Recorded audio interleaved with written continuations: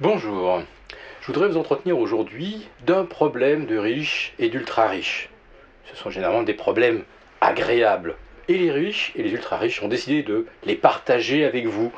Ils veulent que leurs problèmes deviennent aussi un peu votre problème. Quel est ce problème?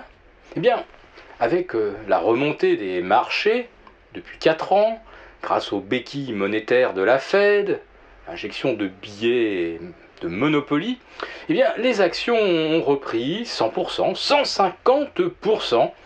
Les voici donc revenus sur leurs sommets historiques.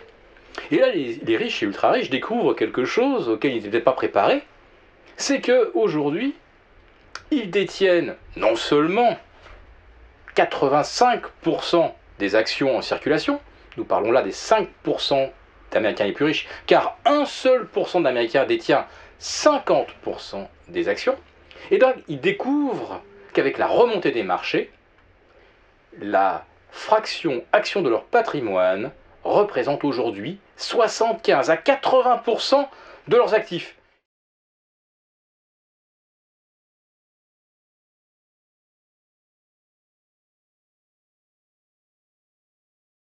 Situation tout à fait hors norme, car historiquement, les actions, les obligations doivent représenter 60% du patrimoine, le reste étant partagé entre l'immobilier, des matières premières, des valeurs de sécurité, etc. Donc, à 75 ou 80% du patrimoine, on est dans une situation très déséquilibrée, inédite. Les riches ont donc trop d'actions. Mais comme le monde est bien fait, il se trouve que vous, petits porteurs, vous n'en avez pas assez. Vous en avez trop vendu en 2008-2009 et pas assez racheté en 2010-2011. Les riches et les ultra-riches ont fait exactement l'inverse. Ils ont donc trop d'actions, mais heureusement, les petits porteurs devraient, eux, renforcer leur position.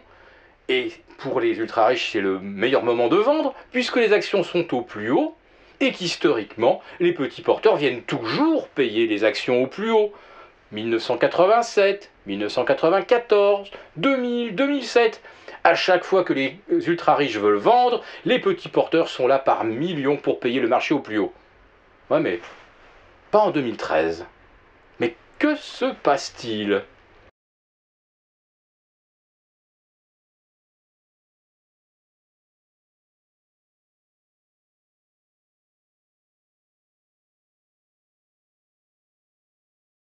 Eh bien, le petit porteur, il ne suit pas l'analyse de la presse, il ne suit pas les analyses de Wall Street. On lui explique que les actions sont le seul placement envisageable lorsque les obligations ne rapportent rien. Même s'il n'y a pas de croissance, ce n'est pas grave, les actions ont du rendement. Oui, mais là, c'est une escroquerie intellectuelle. Car si une obligation, vous l'achetez 100, elle vous sera remboursée 100 à l'échéance. Une action, vous la payez 100 aujourd'hui, combien vaudra-t-elle dans 3, 5, 10 ans? Combien vaudra-t-elle surtout si le rendement décroît? Ce qui est le cas depuis septembre dernier. Étonnant, non? Monsieur Bernanke a commencé à injecter 4 milliards par jour le 15 septembre 2012, et depuis ce jour-là, le rendement et les profits des entreprises décroissent, mais leur cours monte. C'est absolument merveilleux. Elles rapportent moins, mais elles sont plus chères. Mais là, le petit porteur, il ne suit pas. Il ne marche pas. Alors on essaie de lui expliquer que plus la croissance tarde à se manifester, plus l'Europe rentre en récession, plus la reprise va être explosive et spectaculaire. Donc vous n'avez encore rien vu. Mais si ce qu'on voit, c'est de la récession et des actions qui montent symétriquement, c'est donc une bulle. Les petits porteurs n'y vont pas. Eh bien, puisqu'on n'arrive pas à les convaincre par le raisonnement, on n'arrive pas à les convaincre par l'enfumage, on va les y contraindre par l'intimidation. Et cette intimidation, c'est quoi? C'est faire s'effondrer les matières premières au début du mois d'avril. Grâce à cela, la presse peut ensuite se lancer dans une propagande que vous avez tous lue. Il n'y a pas de sécurité sur l'or, il n'y a pas de sécurité sur l'argent, ni sur le platine, il n'y a de la sécurité que sur les actions. Donc vous avez bien compris le piège qu'on est en train d'essayer de vous tendre.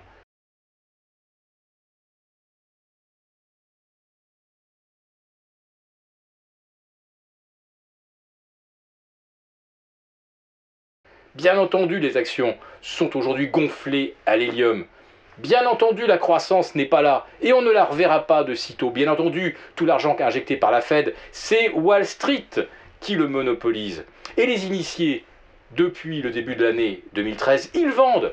Et ils vendent dans des proportions qu'on n'a jamais vues. 9 titres vendus pour 1 acheté.